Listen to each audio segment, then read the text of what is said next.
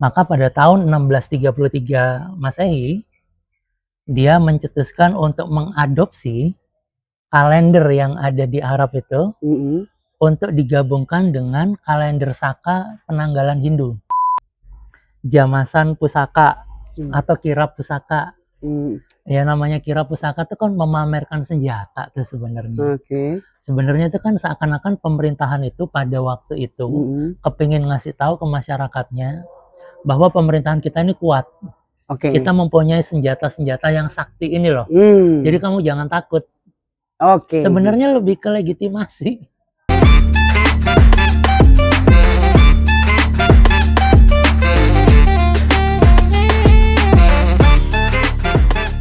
Assalamualaikum warahmatullahi wabarakatuh. Waalaikumsalam warahmatullahi wabarakatuh, Mas Wid. Ada Mbak Nila lagi main ke rumah Pintu Merah. Iya. Apa kabar Mbak Nila? Alhamdulillah baik.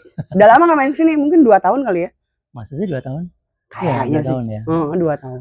Dan pengalaman pertama naik kereta guys. 2 kali transit guys, 2 jam. Alhamdulillah. Senang. Tapi keren ya. Keren sekarang, keren banget. Nah, ada apa nih Mbak Nila? Kita mau ngobrolin apa sih hari ini?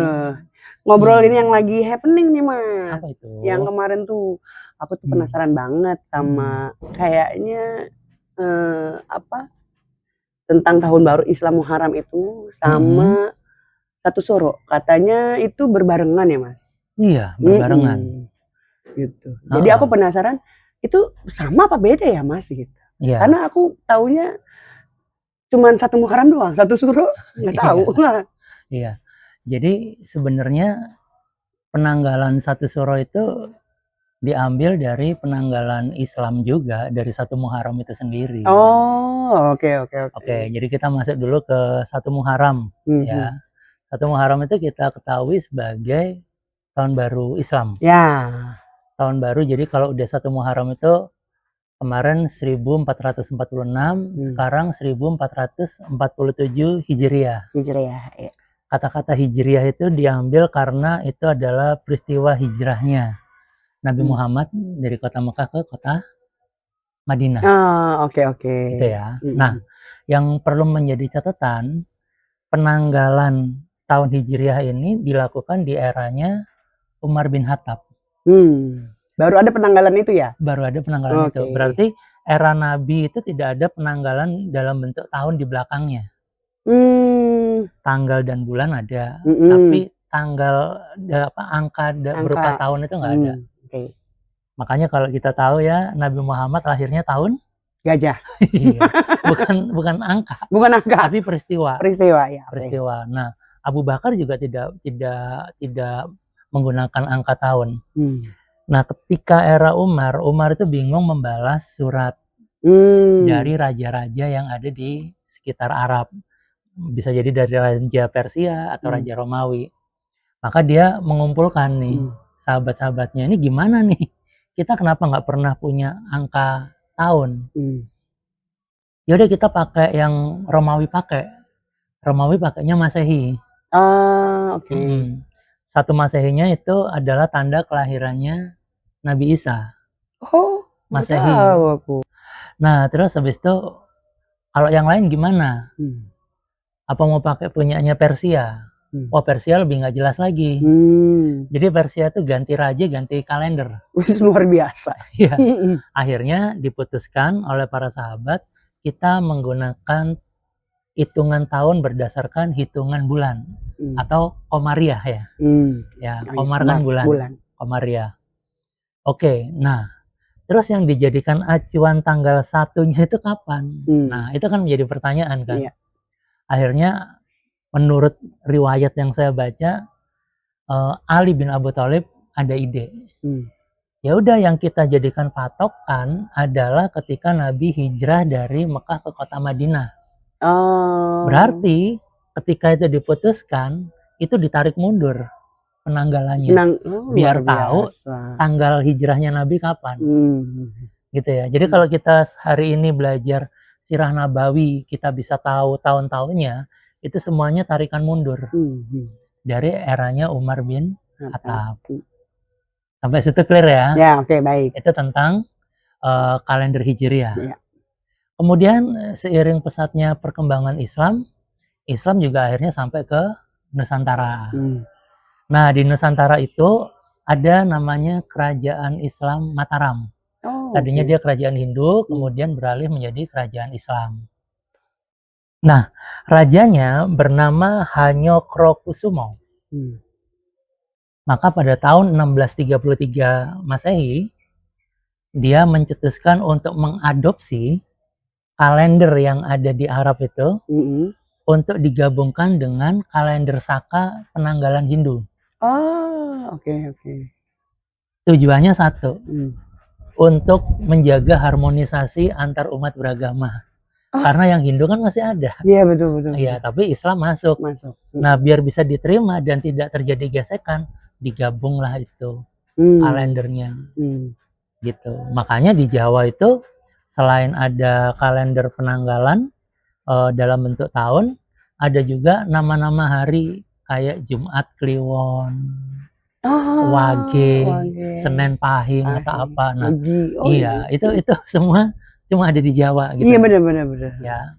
Nah, kemudian ini juga terkait dengan masalah politik sebenarnya. Oh, oke. Nah, karena kalau ini udah bisa dikawinkan, ini namanya kan asimilasi budaya ya. Betul. Ada yang dari Arab, ada yang dari Jawa. Nah, kalau itu bisa dikawinkan, itu menjadi satu budaya yang baru lagi.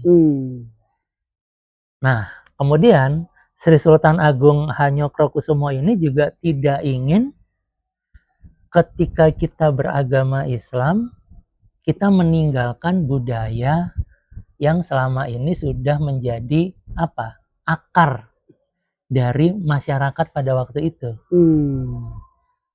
Jadi untuk menjaga budaya, ayo kita Islam tapi dengan budaya yang memang sudah kita miliki. Jangan sampai agamanya itu merubah budaya yang selama ini sudah kita miliki. Wah, luar biasa. Jadi Sultan Agung itu punya pemikiran bahwa suatu kerajaan akan memiliki peradaban yang kuat kalau budayanya terjaga. Luar biasa ya. Ya. Visioner juga dia ya, Mas. Banget.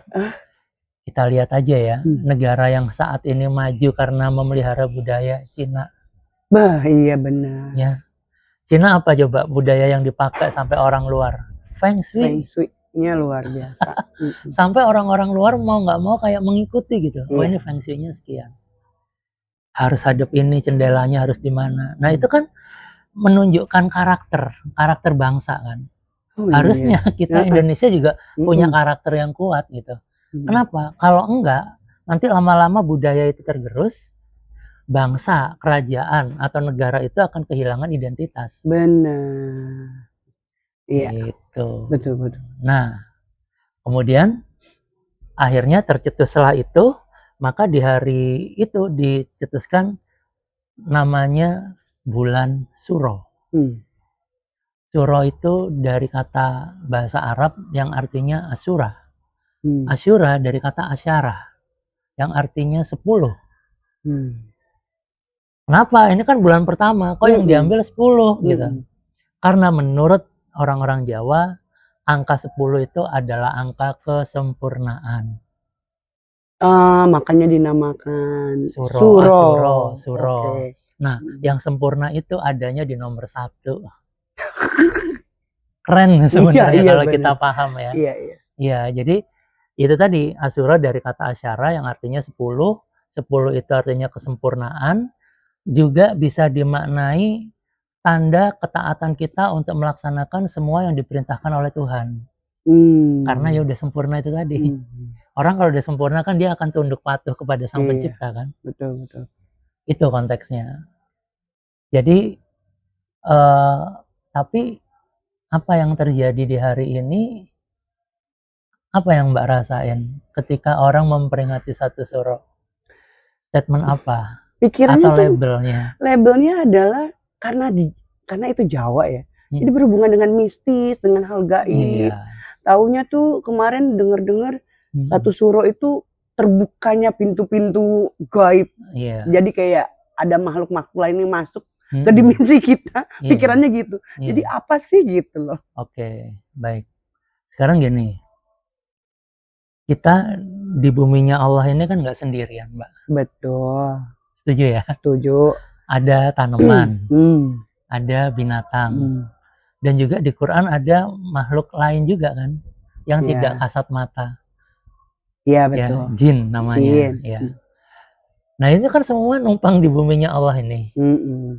Nah sebenarnya orang-orang Jawa itu merawat tradisi itu bukan berarti menyembah mereka, tetapi bagaimana caranya mengharmonisasikan antara penduduk bumi yang namanya tanaman, yang namanya binatang, dan namanya makhluk yang tidak kelihatan itu. Makanya sebenarnya para leluhur kita ini sudah tahu bagaimana caranya membuat itu semuanya harmonis. Alamnya dijaga, ya. Kemudian untuk dalam tanda kutip jin atau ruh para leluhur itu juga harus dijaga. Gitu. Okay. Bukan tempat meminta, tetapi dijaga itu di apa ya? Kita menjalin tali silaturahim dengan bahasanya mereka tentunya, bukan dengan bahasa kita, kan memang beda. Beda. Kayak gitu. Nah, tapi hal itu sering disalahartikan bahwa orang-orang yang melakukan itu musyrik, tidak percaya sama Allah, dan seterusnya dan seterusnya. Makanya kalau setiap tanggal 1 Suro, kalau kita di Jogja ya, atau di beberapa daerah di Jawa, itu sebenarnya ada ritual-ritual yang intinya itu untuk kembali melihat ke dalam esensinya. Makanya ada kalimat eling, ingat, dan waspada. Ingat kepada Tuhan agar kita waspada dalam menjalani hidup. Ya, salah satunya ritual mubeng beteng. Apa tuh? Itu mengelilingi keraton gitu, atau benteng gitu ya, tapi dalam keadaan bisu. Jadi benteng tuh kayak kita di Mekah juga ya Mas, ngelilingin gitu. Iya, ngelilingi loh. Budaya ngelilingi, tapi nanti lama nih kalau bahas itu. Oke. Budaya memutari sesuatu itu kan nggak cuma ketika tawaf. Masih ingat nggak ketika kita pramuka, kita mengelilingi api unggun? Oh iya juga, benar. Kan berarti semua sebenarnya ada maknanya kan. Kalau mau ditarik ya, kenapa pergerakannya kayak begitu? Itu nanti terjadinya sama energi apa dan apa. Nah nanti lama tuh Mbak. Baik. Terus ada juga kan kalau di Jawa itu istilahnya jamasan pusaka atau kirap pusaka. Ya namanya kirap pusaka itu kan memamerkan senjata tuh sebenarnya. Sebenarnya itu kan seakan-akan pemerintahan itu pada waktu itu kepingin ngasih tahu ke masyarakatnya bahwa pemerintahan kita ini kuat. Kita mempunyai senjata-senjata yang sakti ini loh. Jadi kamu jangan takut. Sebenarnya lebih ke legitimasi. Butuh validasi. Oke. Jadi makanya itu dipertunjukkan, dipertontonkan. Gitu. Tujuannya untuk membangun apa? Bela negara ya. Kamu nggak usah takut. Nggak usah takut. Kita punya senjata-senjata ini untuk melawan musuh dari luar. Gitu. Jadi kalau kita lihat satu persatu budaya-budaya itu sebenarnya menurut saya nggak ada yang mengarah untuk menggantikan Tuhan terhadap sesuatu itu. Ya Tuhannya tetap Allah, Tuhannya tetap sesuatu yang tidak bisa tergantikan. Nah tapi ini memang semua harus dirawat sebagai sesama makhluk Allah yang numpang di buminya Allah ini. Berarti visionernya Jawa itu kan gini ya Mas, jadi dia bikin identitas dengan budaya ya. Mungkin kita juga punya semua, yang lain sebenarnya. Ya, maksudnya yang sekarang kan karena ini Suro ya, kebanyakan Suro ya kan. Kalau kita negara lain di Kalimantan kan beda lagi ceritanya. Tapi memang luar biasanya kita tetap melestarikan budaya yang kita tarik jadinya Islam berdampingan, bukannya mengikis tapi berdampingan. Nah gitu. Itu yang orang-orang pelihara sampai di hari ini. Kayak gitu. Nah cuma kembali lagi ya, akhirnya kita ngomong tentang perspektif. Ya kalau mau melihat bahwa ini syirik musyrik ya silahkan.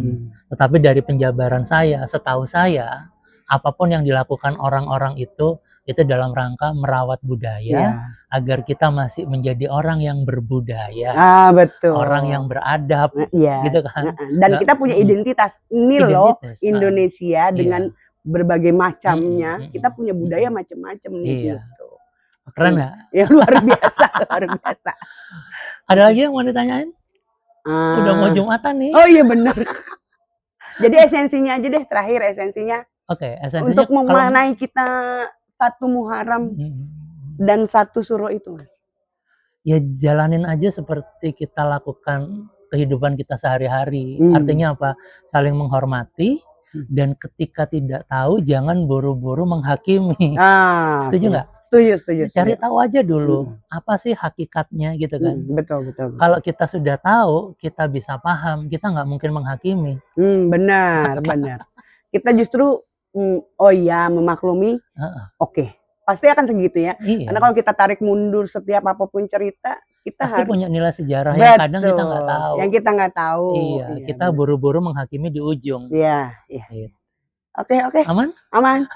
Baik sahabat semua, karena ini udah mau sholat Jumat, kita sampai di sini dulu. Nanti kita ketemu lagi di episode yang lain. Saya Wiwit pamit. Saya Nila pamit. Wassalamualaikum warahmatullahi wabarakatuh.